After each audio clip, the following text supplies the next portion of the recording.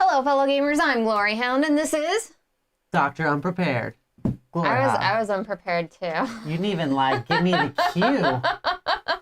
Ooh. I was typing in chat, and then it switched over to black, and I was like, "Oh, things are gonna keep going. Things stopped. Hold on." Apocalypse Week. That's right. Hello, Stefan. Yeah, if you take a look, I mean, every game, and this was not even on purpose. We just looked at the top games. We picked the ones that we were the most excited about, and every one of them has to do with the end of the world in some way, shape, or form. I feel like this stuff goes in trends for sure. So, or maybe even as it is, like last year, people were like, let's put apocalyptic things into our games, and then it's like coming to fruition or whatever this year. I'm sure the year of lockdown has really boosted people's need to talk about the apocalypse and solo games. Like, what could we do in the apocalypse aside from burning our board games? A couple years ago, we were all talking about going to space. Then there was the zombie attacks, and then it was all about pirates. Maybe this year will be the apocalypse year. Yeah, I think so. I'm calling it January, and I'm calling it already. It's apocalypse now. Godot Games looking forward to human punishment. Ooh, I know. Yeah. That is a big bad boy. There's some interesting comments on that one, too. Be kind to our game.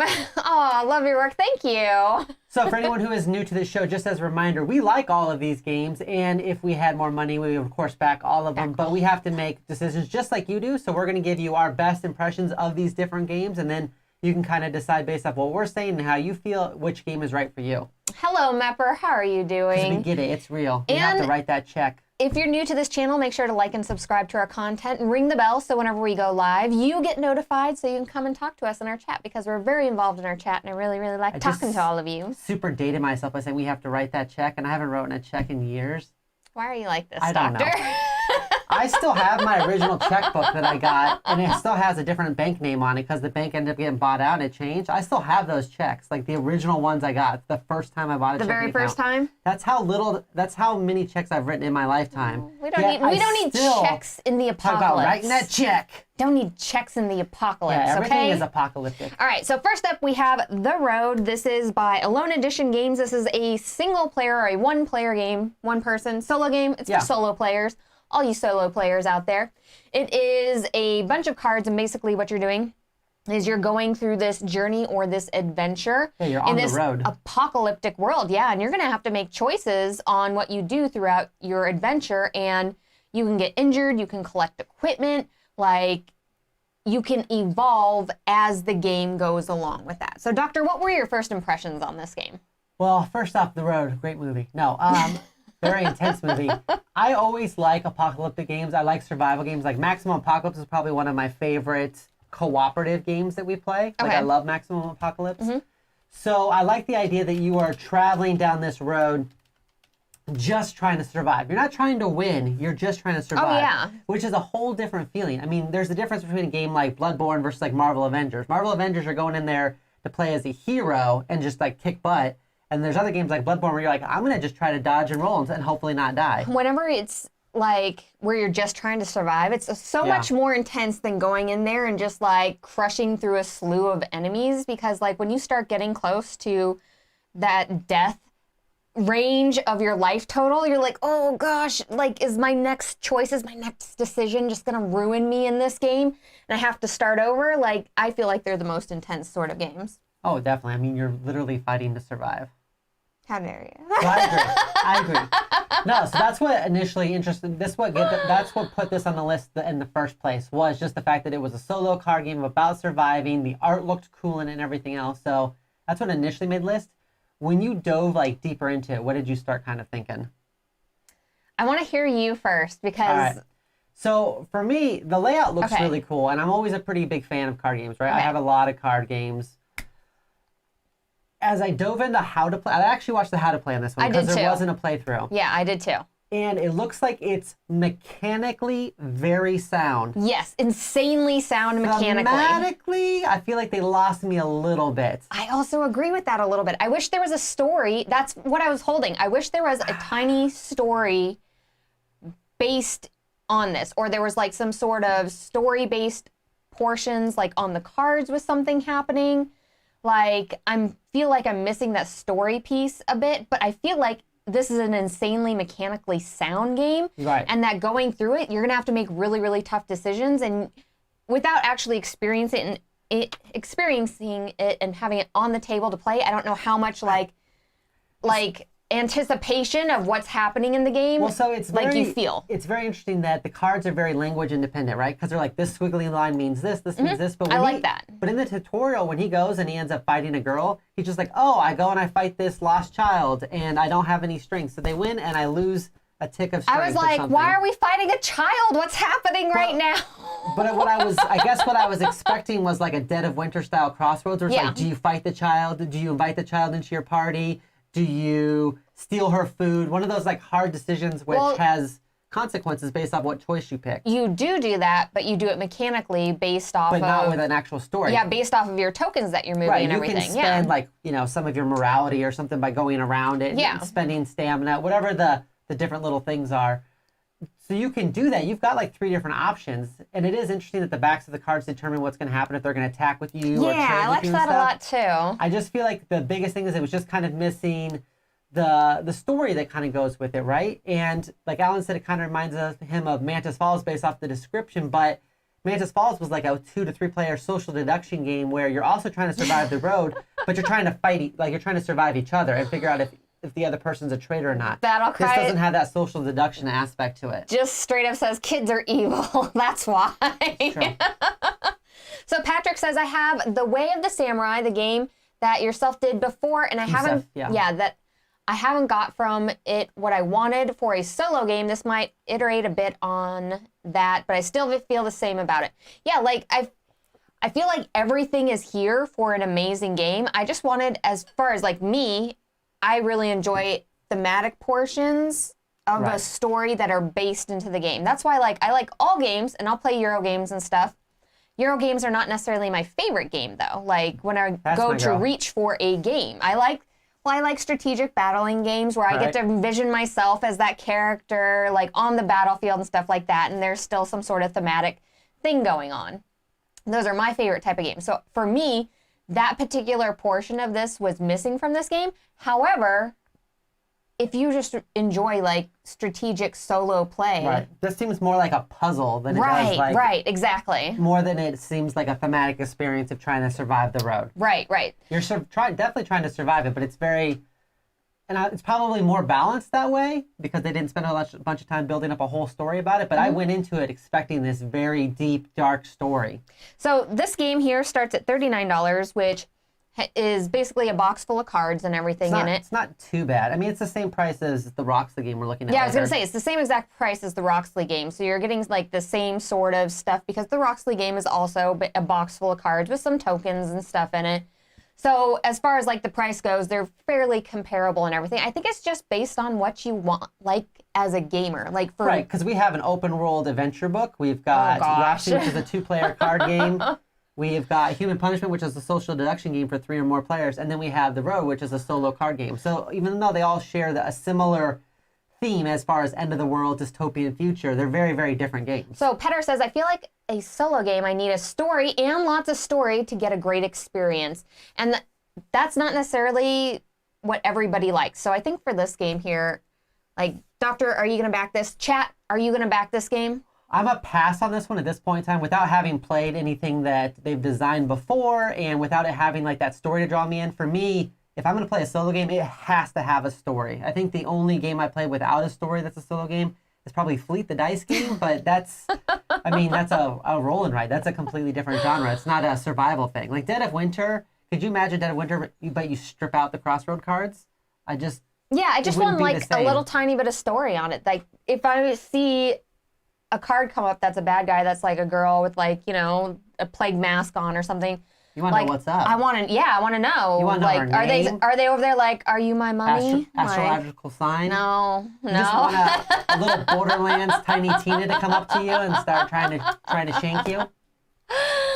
It's Stefan says, interesting. At the moment, I have enough solo games, but it looks interesting, though. I agree that the gameplay does look very, very interesting, and I would be really excited to try to play this game.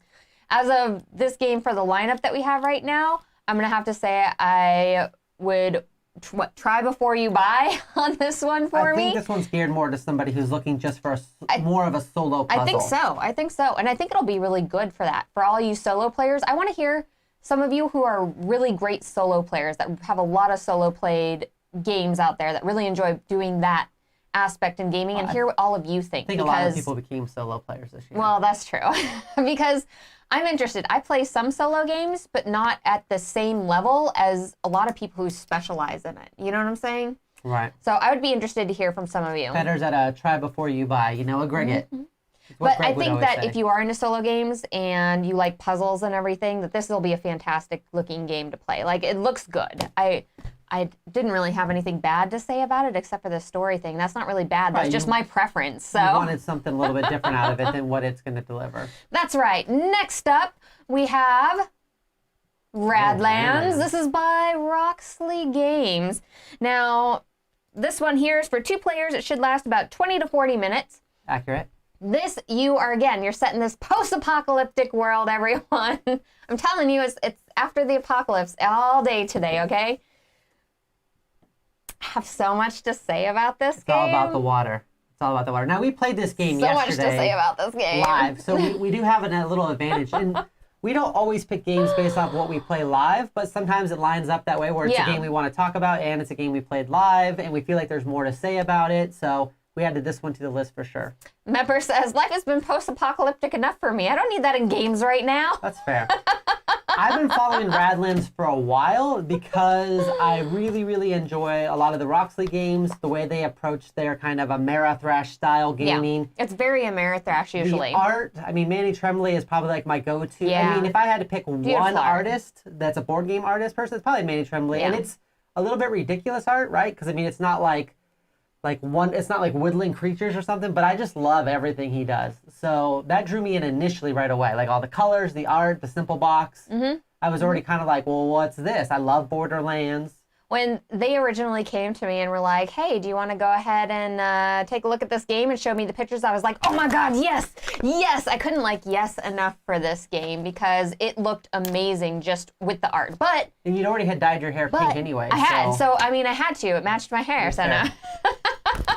At that point, though, as far as the gameplay goes and everything in it, I was really surprised by how I felt with the gameplay in this game because it feels like you're playing the strategic level of like a Magic the Gathering, like a little bit lighter, maybe like a Hearthstone, a little bit of like a Hearthstone sort of feel to the game, but it's like simpler somehow. Does that make sense at all? Yeah, I would say it's closer to Magic because there's no, Hearthstone was very swingy. There was very big blowout cards. If I play this one thing, I wipe your whole board, right? I didn't feel like that happened in this one. It was very much I do a point of damage here, you do a point of damage to me, I do a point of damage, and then trying to really maximize that. If you got in 2 points of damage, you're definitely in the lead, and I think that's important. They had cards, all the right cards in this. I felt like there was never a time where somebody would get too far ahead and then you wouldn't come upon a card that had a board wipe on it or something, or I always felt like I had a chance to win in this game.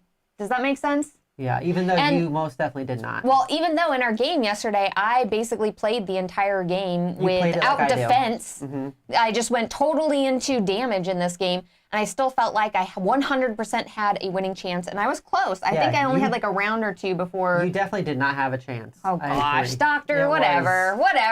It was pitiful. No, I'm kidding, of course. So everybody in chat is super excited about Radlands. Dimitri says amazing coloring and art. I totally agree with this. But I thought that, honestly, when we played it before the stream, too, I thought I was going to win, and then you beat me. Yeah, that's what I'm saying. You have that feel of, I'm going to win, or, I'm so close to winning in this game, but then, tables turn or something. Or, you always feel like you're winning, and that's a really good game. Whenever you could always have the ability to feel like you're going to win in the next turn. That's more important than just winning. Because if you win a game by 50 points, you're just all right, cool. And then the other player doesn't want to play. But if you win by a point or two, And it's like, all right, we got to do a rematch. It increases that valued interest in the game as you're playing the entirety of it. Not halfway through, you're like, oh, this is a blowout. Like, I'm so done with this right now, you know? Right, there's no runaway leader type situation. Absolutely. We might even have to do like a rematch on camera or something, if enough people want it. Mepper says, I like Roxley games. I'm waiting for Steampunk Rally Fusion, so are we, to arrive in a couple of months. The promise is pretty nice, and Roxley does nail the production quality. So let's talk about the production quality. We have the prototype, and I'm at the point where I'm like, do I want to actually back the game, or do I just keep this prototype? It is that nice. You know, we've got these hardwood chips. We've got the cool magnetic box, and the cards they're like a weird in-between. They're not a plastic card, but they're not thin like a Magic the Gathering card or a playing card. They're like this nice satiny finish, and they slide, and like you just don't need to do anything with them. They're perfect, actually. I feel like if more board games came with cards of like this satin finish, whatever that card type is, I feel like you'd have a lot less people trying to sleeve up games. Like, you just don't need to. These cards are like so ridiculously springy. Like when they show you this in the thing where they're like turning the card and then it bounces back like that, like, they're not joking. Like, this is the card, and this is like a pre-production card right here, everyone, okay? So, like, that's a totally legit thing on there. Yeah, I think I would love satin cards in more games. I don't know if they're the feature, because it's cost, right? A lot of it is cost. There's a reason why sometimes you get these big card games, and they have, like, really cheap cards in them that need to be sleeved. But I will say I have taken a Kickstarter game that I received, and it had cheap cards in it. And I booted it. I got rid of it because there's no reason for me to keep it. I have too many card-style dueling games. I have probably like 20 different Magic the Gathering dual decks I could play, plus my actual Magic the Gathering collection, tons of other two-player card games. I'm not going to keep one that doesn't stand out in some way, shape, or form. So there's some really good questions coming in here. So let's see here. Anders first says, it looks great. 2 people in my game group have already backed it, so I'll just borrow theirs. You might get jealous, okay? That's all I'm saying, Andrew, okay? Very interested in the synth cards, says T-Brick. Those synth cards are amazing. I feel like I could actually probably get them wet with the feel of them because, like, they feel, well, I mean, they're plastic. Yeah, you could probably... Like... I feel like they're one of those... I want to just pour water on it and see what happens. Maybe I'll do that after this. I bet it would bead off. I think so. I think if you left it in water, you could potentially have an issue. I should try it, though. I'm going to try it. Well, don't try it with our copy. Jeez, try it with somebody else's copy. Petter said, I would get this if my wife liked the stuff to the level of Magic. Here's the thing, though, Petter. It doesn't have to be to the level of Magic because it's easy to play. It's easy to understand. All your symbols are on this one card. So there's 1, 2, 3, 4, 5, 6, 7, 8 different symbols. It has, it's not as much as Magic the Gathering with its, 20 plus years of new mechanics every single time you play it. You don't have to know it as well. Compare it to Magic. I compare it to Magic in the depth of the card play, not based off of the strategic way that the cards are placed. Because Magic is insanely technical. This game is not insanely technical, but the depth of the strategy can be very, very vast. So I think that's better because it gets to the table faster. It gets you to teach it to people faster. I'm just going to say, I'm going to back this. Like, this is going to be like a mainstay in my collection. Have you heard these springy cards? Like, they're just wee, wee, wee, wee. So if you want this game, if you have a partner or friend that doesn't know how to handle your games properly, springy cards, that's right.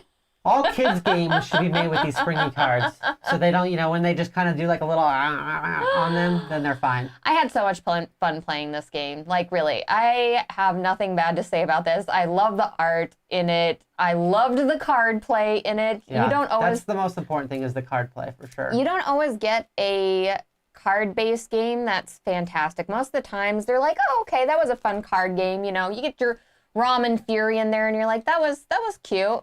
And then it doesn't really go any further than that. Well, like, this I was excited to play about. Here's the thing is you can make room for yourself for this one. There's a lot of different card games out there that are just kind of battling card games. I will say that the ease at which you can get into this one with its tiny rule book and everything, it's not like you're trying to get into something like Netrunner or Doomtown or any of those types of games. Like, this is it. This is the rule book. Yeah, as far as a battling card game, like, this is at the top of my list. That's all I'm going to say. Like, it's so good. I was so impressed with it. I loved it so much.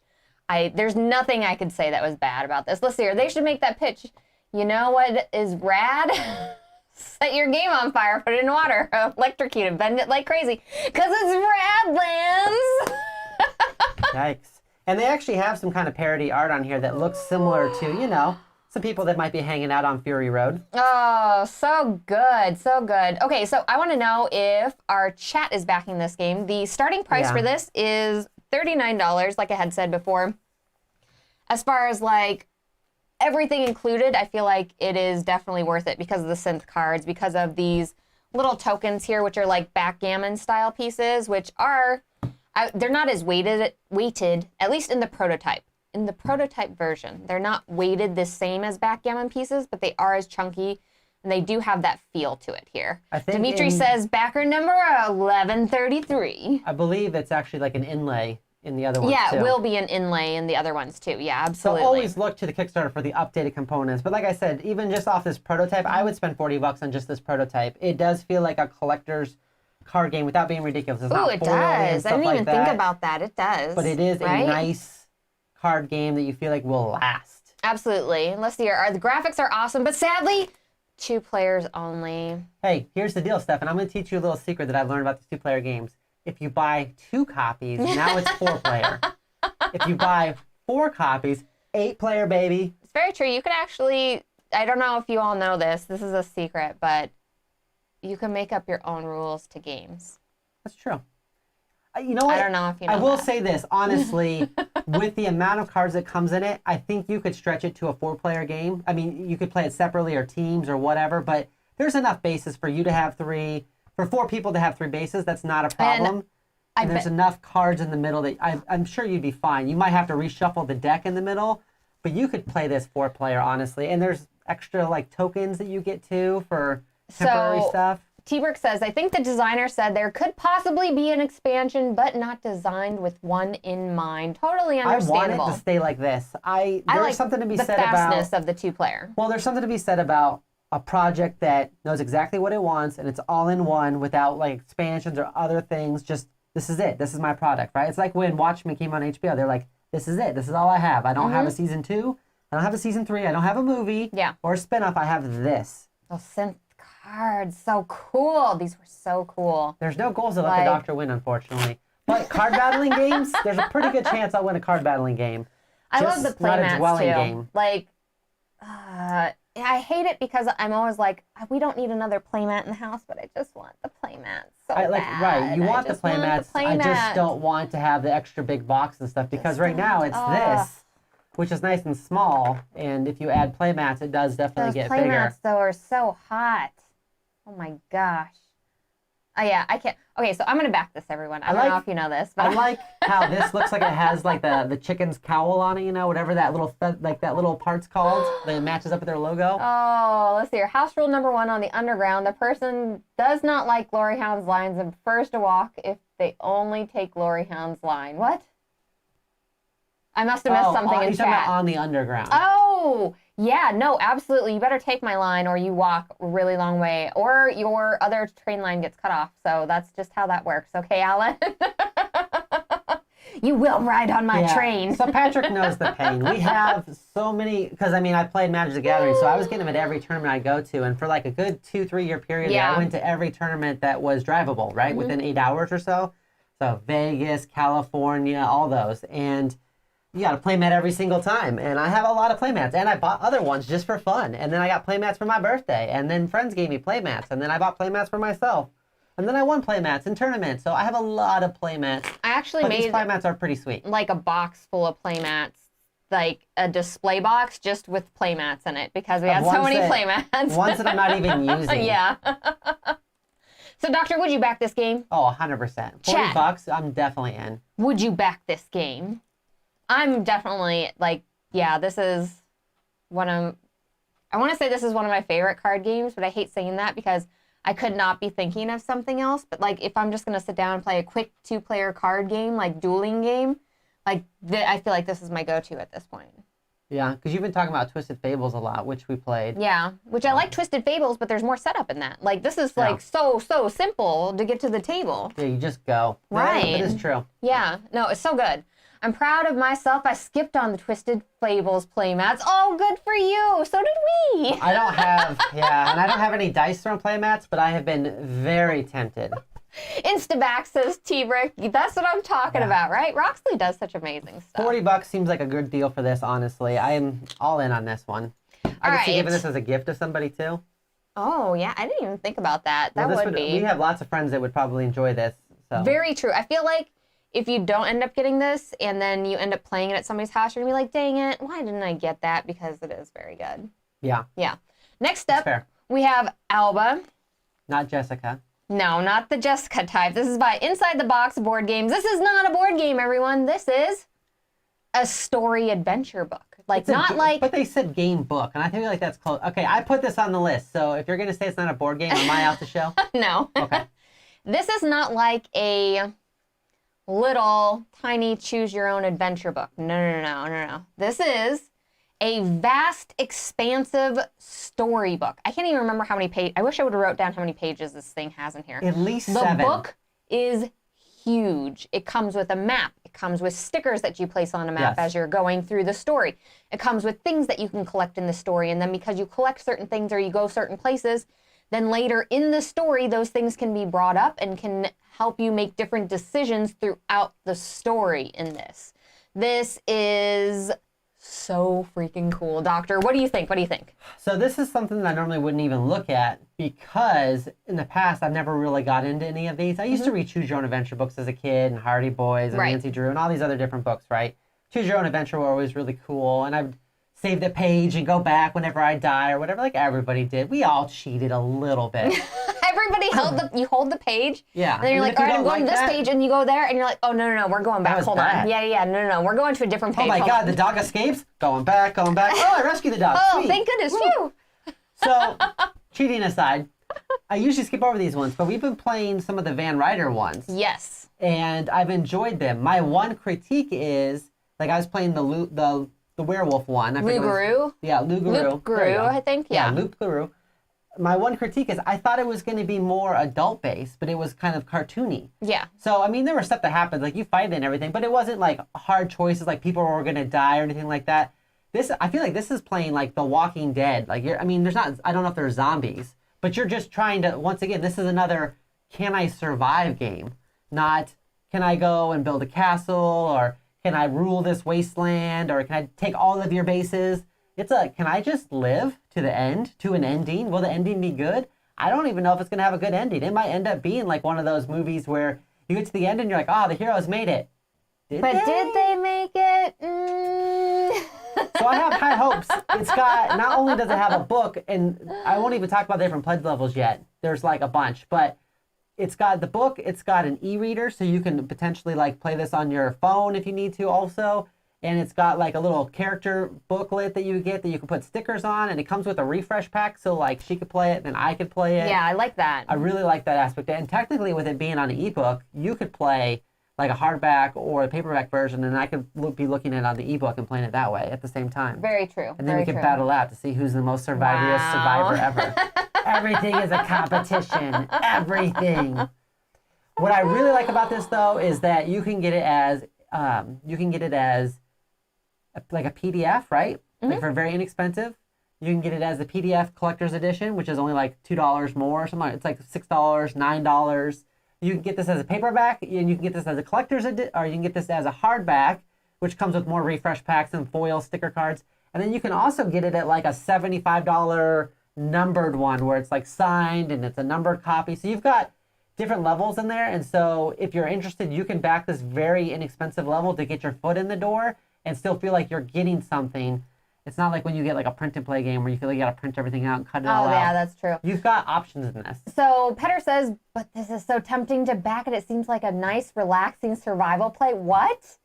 Very nice. What is a nice, there's not a relaxing survival play or game. Like, you don't relax while you're surviving, Petter. I try to do that all the time. I don't know what you're talking about. But Petter says the paperback is $16.50 and that's amazingly cheap. Accidentally backed it. Yes. Okay, so. Because some of the other ones we looked at have been like in that $40, like $30, $40 range. Yeah, absolutely. Little, they were hardbacks, but they were little ones. And it gets hard to back a bunch of those. This one seems like it's a lot more content for the price. How this is set apart from different survival-based, well, not survival-based games, but choose-your-own-adventure style games, is the fact that when you are making decisions, you actually have that sheet where you collect stuff and stuff goes on your map and everything, and that changes your decisions throughout the story. And I think that's what really sets this apart from different books in that case, because there's not another book that I can think of that my decision here could branch so many different story arcs over here because of that. It's more like if I choose this thing, I either die or I continue on. Right. It's just a very simple branch thing. It's not like, okay, I start collecting these, then all of a sudden I can go in all these other places because of that thing that I did, you know? Well, just some of the quotes from the people who had played it, it sounds like for real? that there's some interesting things that can happen for the endings. Andrew says, stickers, I'll have to look more into this, right? And I really like They're how... Lisa Frank stickers, too. They're not. No. That would be amazing, though. They're scratch and sniff. You're like, this smells like old baked beans. Oh, Stefan brings up a really good point. It's relaxing if you're not the one that needs to survive. That is fair, okay? That is fair. I will say that every time I watch one of those survival type movies where you clench your teeth the whole time, by the time the movie ends, I'm always like, oh, at least I'm not them. Right? I feel better about myself. So the art in this is by Marco Luna, and this is by H.L. Truslove, because with That's some solid pen names right there, I feel like. Well, with a book-based game, I'm always interested to see if, like, the authors have done stuff in the past, or if the artists have done stuff in the past and everything. And whenever I started digging into this, I found a lot of diversity in this game, and I was kind of really impressed with all of that and everything. The author, or the co-author of this book and everything, very diverse in the community, as well as Marco Luna and everything. And I mean, the art looks amazing. And yeah, no, the art's pretty cool. It's very gritty, which is kind of what I was wanting. It fits perfectly with it. I wanted a kind of adult-based book, you know? I mean, it doesn't have to be like overly one way or the other one, but like hard choices where you feel like the choices that you'd have to make in an actual apocalypse. Like, do you invite this person to your camp, but you're going to have to feed them and take care of them? Or do you say, sorry, house is closed, and push them away? So Petter makes a really good point here. So this seems like it has more than the Van Ryder games, but less brain-burny than my adventure puzzle games. And I feel like it's in the same exact spot in that midsection there, but I really like where that midsection there is going, Petter. I completely agree with that, okay? So... You invite them to camp because you're a cannibal. That's option number 3. Isn't that a plot line somewhere? I feel like I've seen that. I really appreciate the fact that they do give you extra stuff in here because they know you're not going to play it just the one time. It's not like, oh, and then you also have to buy X amount of other things for this. If you want to replay it or print it out on the internet or whatever, they're like, no, we give you those up front, and then you can buy more if you want. Like, more stickers, more everything. Whatever you want to do on that. And I'll tell you, I have to say, I like the prices on this because... so good. After backing Primal recently... For like everyone. And ISS Vanguard... I need me a cheap week. A week where we're just not spending $160. A price for everyone on this. And exactly. I'm really glad that you brought this campaign in because I'm really excited about this book and I want to back it. Okay, that's fair. And I've enjoyed a lot of the other graphic novels that you kind of go through. Graphic novel adventures, I think is what they coined. So I'm excited about this one because I don't know a lot about it. I just know it's post-apocalyptic. I read through some of the reviews. I kind of looked at it, and it seems like the type of story that I would want to relax through as a cannibal. A relaxing cannibal book. Wow. For cannibals that need to unwind, as Petter would say.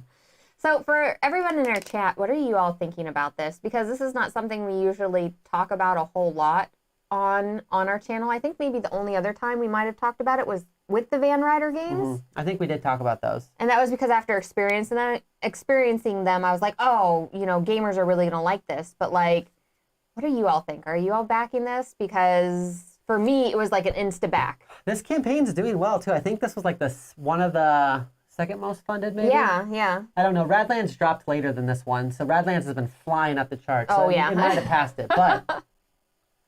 yeah, Loup Garou is good. I enjoyed it. I haven't played through the whole thing of it. Problem is I ended up setting it down, and I got to like pick it back up and figure out what the heck I was up to. I really enjoyed the Caruso crew because everybody could play along in that book. But that was fun. I like that. Also, I feel like a lot of the Van Ryder game puzzles are super simple.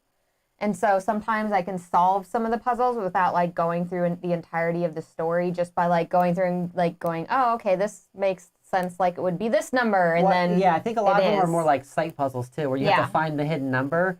Where I want crossroads style. Yes, and this is a crossroads decisions. style decision on Do this you one do here. X or do you do Y, or are you a really bad person and you do Z? And so I'm gonna have to play through it as Z. I'm gonna have to play through it as that person that does everything bad because they don't care. So here's how I approach all games. You I can't, always start off. have to pick Y or something because Z is an actual person in the industry. So So could be Y. Here's the deal. I always play all video games the first time as the hero, right? I always go, oh no, do you really? keep your money, it's fine. Whoa, wait, hold on.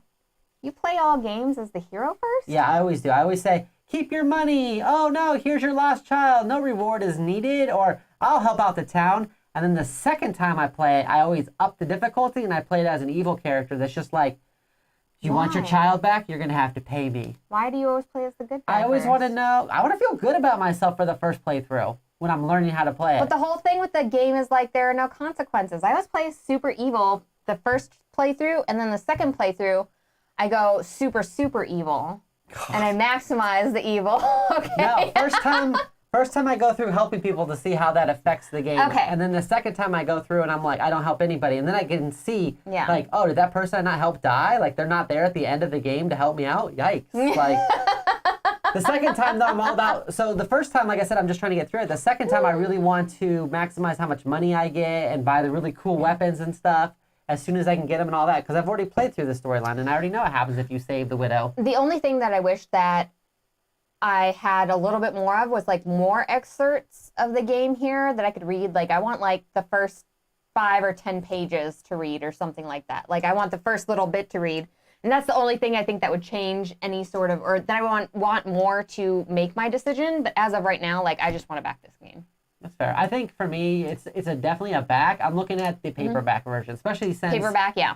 You'll get a couple recharge packs and we'll have the map to look at, and we can potentially play it at the same time, which I kind of like. Let's see here. It has 5.5K backers. I'm still on the fence. Might just get the PDF. I would get the PDF seems like an easy thing. It seems like a safe bet, Mepper, with that. Yeah.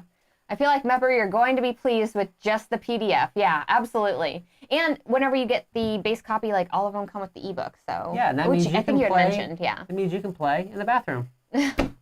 Ba-dum-bum. We're all thinking it.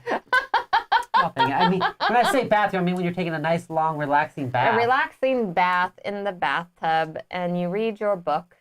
Yes. Where do you get most of your reading done? No, I'm kidding. Well, I don't know if we want to make that in the comments. All right, next up we have Human Punishment, The Beginning by Godot Games. And Godot Games, I did see them in chat today, so if you have any questions, hopefully they are there to answer them on that. This is a social deduction game set in this cyberpunk sort of world. Since it is named The Beginning, I believe it is the beginning of their previous game, which was Human Punishment. So it's like the prequel to it. I believe I heard Quackalope say you could actually technically play them together, like mix them together. Ooh. But you don't have to. This is definitely a standalone game. Yeah. Okay. Interesting. Of course. Social deduction, unfortunately, that is a pass for me. This starts at 3 to 6 players. It is a 120 to 180 minutes, and some of the comments in here are insane as far as like people are like, I'm replacing my Battlestar Galactica. That was the huge flag that threw up for me. People are like, I'm getting rid of Battlestar Galactica for this. And I was like, oh my gosh. And then I scrolled down, I saw it again. I scrolled down, I saw it again. And I was like, oh my gosh, people are super serious about this. It really surprised me that people are saying that, because that is one of my top. It's a top tier social deduction game. Yeah, social deduction game. It's for me too, because it's so good. So this is, I think, if you go into this thinking it's just social deduction, you're kind of, it's more. It seems like it's closer to like a Nemesis or something, because it is a pick up and like kind of deliver game, but there is a social deduction aspect to it, because you don't know if the people you're working with. It's that semi-co-op where you don't know if there's a traitor, like Dead of Winter, where you're doing something else, but there's also the aspect of could there be a traitor? Yeah, you also have individual goals also that you're completing. And individual factions that want to do different things. Yes. So they all want to do different things. So like somebody might be looking suspicious, but they're really just trying to complete their faction goal. Right, exactly. So like that seeds that suspicion. And then you have 4 different factions there that you're also trying to compete with, which are like what was it? It was like the humans and then the robots, and then there were 2 other ones. I'm sure we'll see them whenever they go down. I can't remember them right now. But yeah, it's definitely much more than just a social deduction game. I mean, for an hour, yes. I mean, if you're playing it for 2 hours to 3 hours, it definitely has to be more than that. Yes, like so good. And like, it was interesting how the board is spaced where you can go on like different ways throughout the board to do different things as you're going through, but you're all trying to get data into there.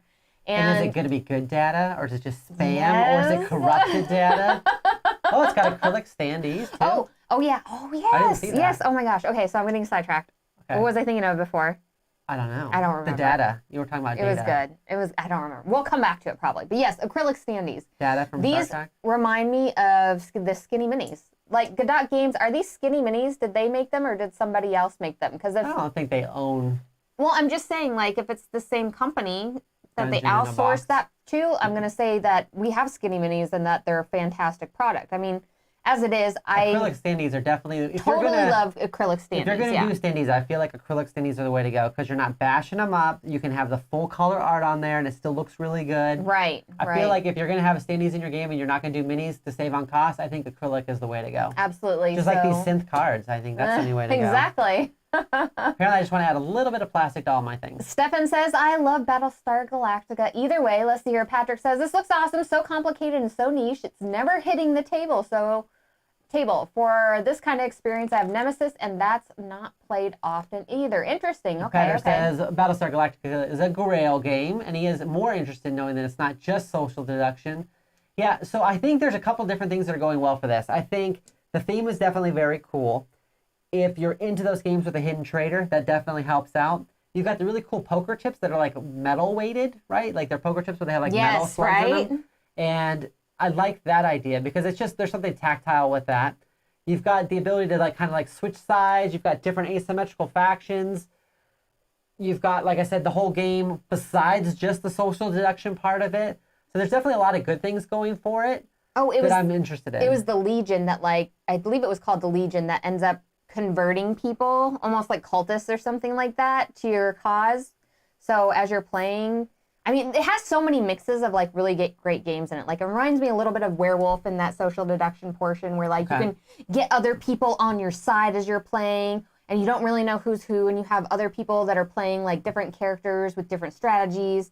And then it reminds me a little bit of Nemesis as, you know, you're playing the board as well as trying to compete with your own personal goals. And then like you have this Battlestar Galactica feel to it where you're completing these tasks while also trying to find out who's the traitor in your group. But in a 3-player game, like, could there not be a traitor? Yeah, of course. There's always that option. Like, and that's always like an insanely interesting thing for me. You have to have the option where there's, you never know for sure. I love that so much. So much. Whenever you start mixing up the cards, you're like, who knows what's in here?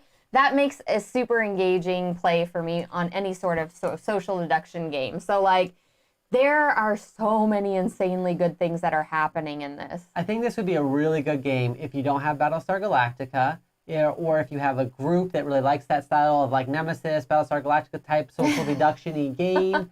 I think it'd be really good if you just like the theme overall. I like the production quality of everything. I think the only thing I don't like about it is that it's 3 to 6 player, but I understand that's a social deduction game, which at this point in time in life is really hard for me to do. I don't have 3 players I can play with. I think that's the biggest negative I see.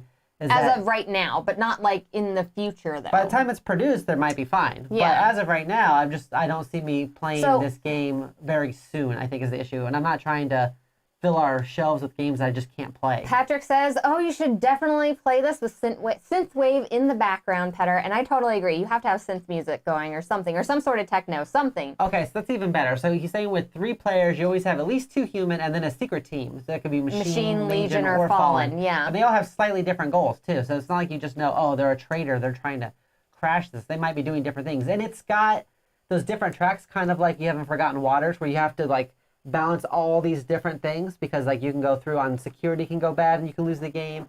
This thing can go bad and you can lose the game. The corruption you can have too much corruption and the data could go bad. Like there's a lot of different tracks on it. Oh, absolutely. So let's see here.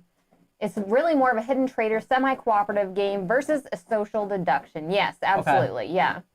Let's see here. different enough for my nemesis to get it next to it, but the group is a crucial part that's confronting a question for any enthusiast. Yeah,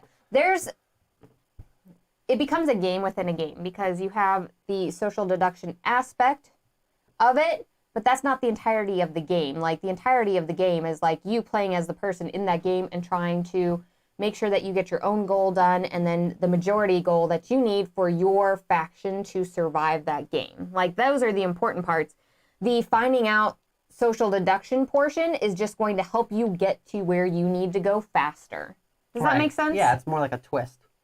It is more like a twist. So even in like Battlestar Galactica, that's why I'm saying it's not like a direct like comparison. I feel like there's so many other aspects of other games that have been integrated into this that make it like a really interesting new thing. Oh, it is a very interesting mix. know? Right. And if you've got friends that play social deduction type games with that kind of hidden trader, I think, yeah, the hidden trader is probably better. If you like the hidden trader style games like Dead of Winter and Nemesis, Battlestar Galactica. Oh, Dead of Winter is a good comparison because you're playing and you Together, don't know. right. Yeah, but you are going all for a centralized sort of thing that you're trying to complete, but everybody has individual goals. So people can be really suspicious. People could be in different factions. Like, that sort of feel to it, which is just so exciting. Dead of Winter is one of my favorite games ever because of that excitement that you get with, and that feeling of like not knowing what people are really doing in a game, but also trying to go for your own goal. Like, it is such a satisfying feeling whenever you win a game like that. Oh my gosh, so good.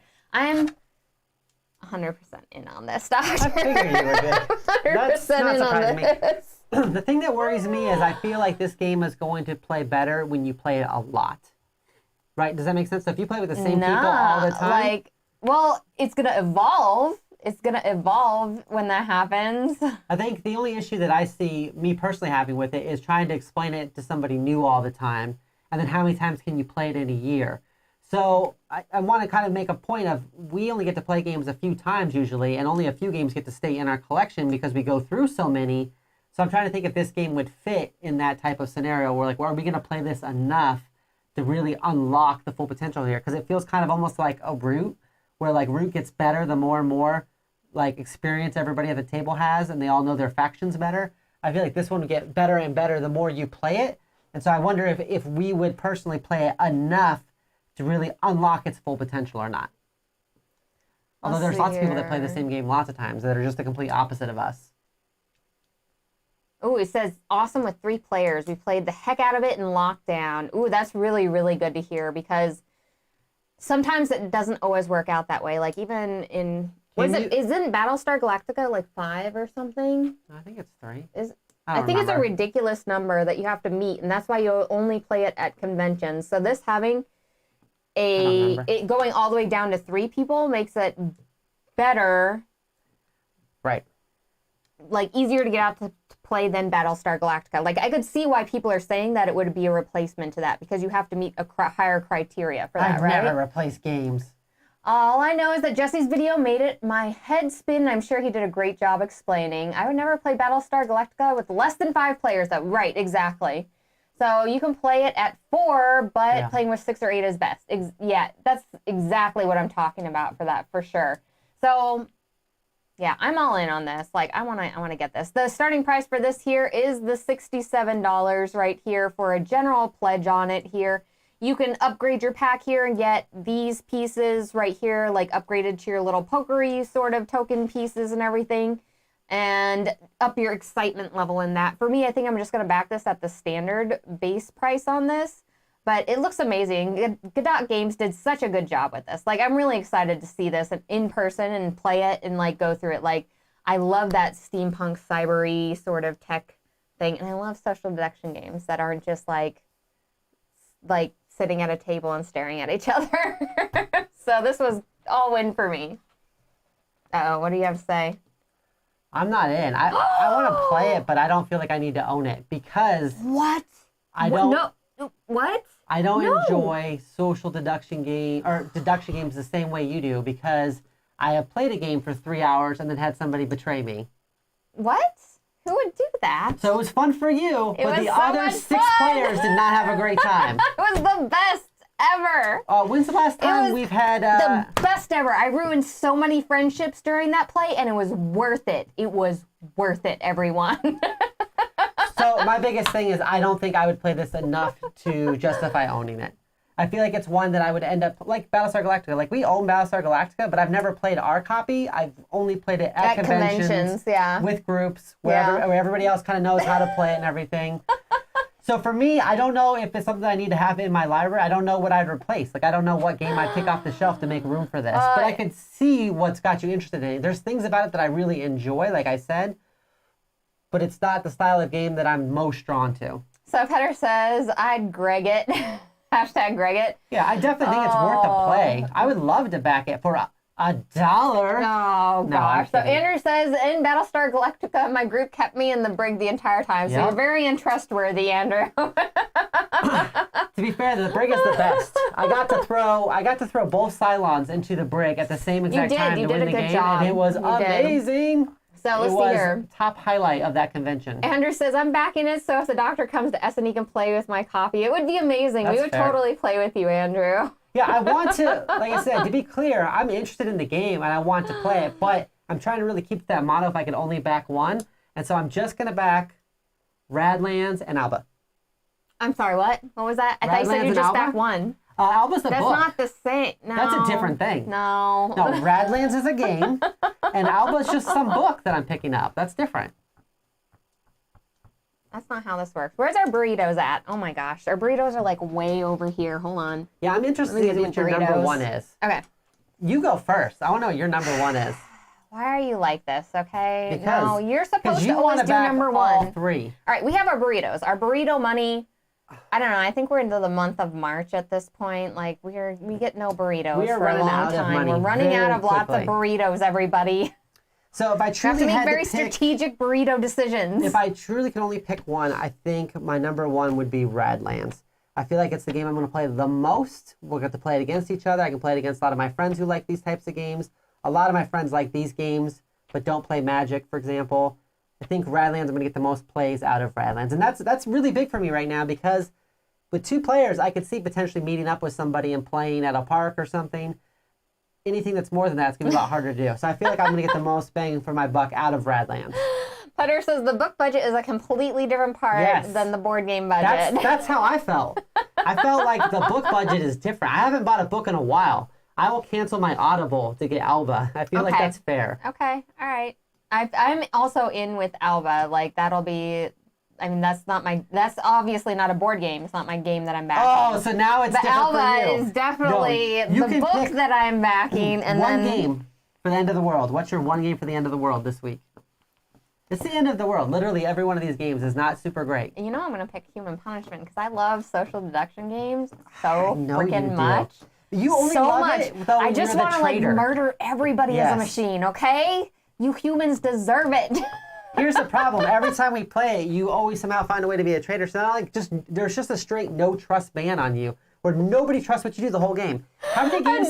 Trust ban. How many of these games have we crashed just trying to get rid of you to find out that you weren't doing anything shady at all? That's even better though, because if you do get rid of me whenever like I'm good, and I'm like, no, I'm really good, then that just seeds so much more like doubt in your own minds, and it's like amazing. So I love I don't think you understand how much I love social deduction games. I know you love It's like them. a game within a game within a game. It is so good.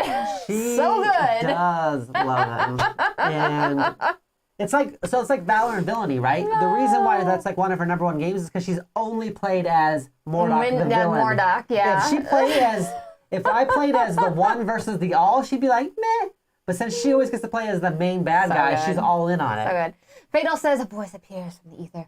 Back out. Done, Fatal. We have this spot first, Kabuki. I don't know what DT is and what they're talking about, but we've had this spot first. We called it. Hello, Kabuki. How are you doing? Human punishment equals hashtag fog of divorce. Sometimes. She loves betraying us so much. So good. It's so good. So much. Thank you so much for Godot Games being on here. So your number one is Human Punishment then? My number one is Human Punishment. Like, as soon as I get that game, I'm guessing conventions will be open at that point. When does this game do? Hold on. When will this game be in my hands? Next Thursday. In my little handsicles. September of 2021. Well, that's the end of the year. That's not too bad. Or it's not even the end of the year. That's a couple months from now. Yeah, like... If that delivers at that time... Plus, think of us playing that game with our child and then having our child just in such despair because they were betrayed by their mother. The kid knows. The kid knows. The kid would sus. Oh, always knows. Yeah. Always knows. But still always goes after me. It doesn't make any sense at all. I don't get it. All right, so I'm all in on Radlands. You're all in on Human Punishment. And Petter will pick up the rest. And Fatal's going to get Coloma for us, apparently. Coloma is social deduction, right. Oh dear, the child gets dragged in. I'm holding on to you, Godot, to the 1st of September so I can take it to Essen, right? That would be amazing. I feel like this is going to be the new BSG at conventions. You can play with less players. Like, you could have like little mini games instead of like getting that whole group together at like midnight when you're just starting the game until like, what, 2 hours? Because that game takes 2 hours. Like, you have to play BSG at midnight at a convention. Well, thank you to our chat today and everybody who showed up. We really appreciate all of you hanging out with us today and giving your opinion on what you're going to be backing. Even if it was wrong. Make sure to let us know your #1 pick of the week. It doesn't have to be a game that we mentioned today. It could be some other game that you're kickstarting, but we want to know in the comments, so make sure to do that. Yes, we do have a disco party in our Discord in the link below. It's just Petter dancing, but still, it's a lot of fun. I will say that if you leave us the name of the game that you're backing this week in our comments on YouTube at the bottom there, that lets us know who to hang out with at the next convention. Because you'll have the games we didn't back, hopefully. That's very true. And then we'll be like, hey, did you back that game? Exactly. Well, I used to ask Greg all the time, like, hey, did you back that? Okay, but he hasn't. We know that Greg didn't back it. He didn't back anything. He did not back it. So now it's all on us. It's all on us to back the games. Is there anything else? Okay, so this evening we're going to be doing our hype train on Rune Lords on the Tabletop Backer Party channel. We're going to be doing another stream today on this channel, which is Cartographers, and we're going to be doing a giveaway for the app. So we're playing the app live, and then we're going to go ahead and give away the app. So make sure to stay tuned for that. And then what else do we have? I don't know. Are we doing something Saturday? I think so. I think we're going to do a rematch. Dice Road Adventures on Saturday. We're going to do a rematch. It's not a rematch. Well, not a rematch. It's the boss battle. Oh, a boss battle. It's the boss battle. We're also thinking of rematching Radlands, though. We can do that on Saturday, too? No. Okay. No. Oh, my gosh. I'll post something for Saturday. And then, everyone, make sure you go ahead and vote for our Unmatched Matchup series. So we're going to do a big tournament series with Unmatched. Right. So if you don't know anything about that, there's a link down in the description. You can go to gloryhound.com and you can vote there. It should be one of our featured little topics there. And you can vote for who you want as our first contender, who you want as our second contender, and then what area you want us to play on. And we are going to do an Unmatched, Ultimate Battle series. I'm voting for Buffy and Dracula. I want to see Buffy versus Dracula. I think right now it's Buffy versus Invisible Man. Which I'm sad about. It needs to be Buffy versus Dracula. Everybody go vote. For Dracula. Just vote for Buffy. Oh my goodness. Let's see here. Dice Throne Adventures boss battle. I'll see if I can make it. I'm not going to back anything but dive into unpacking Bloodborne. Oh my gosh, Patrick. That Bloodborne box full of stuff. Oh my goodness. I got the cat to hold these on her head. Look, she's holding them on her head. Oh, you're so helpful, kitty. Oh, less helpful now. All right. Less helpful. Hashtag Team Kitty. Thank you for everybody who joined us today. If you're new to the channel, make sure to like and subscribe and ring that bell so you get notified whenever we go live, and you can go ahead and hang out with us live. Anything else? Anything else? I don't know what else we could possibly do at this point. Look at this. Look at this beautiful beast. Look at this beautiful beast. Other than that, we will see all of you later today. Bye. Bye. Thanks for hanging out with us.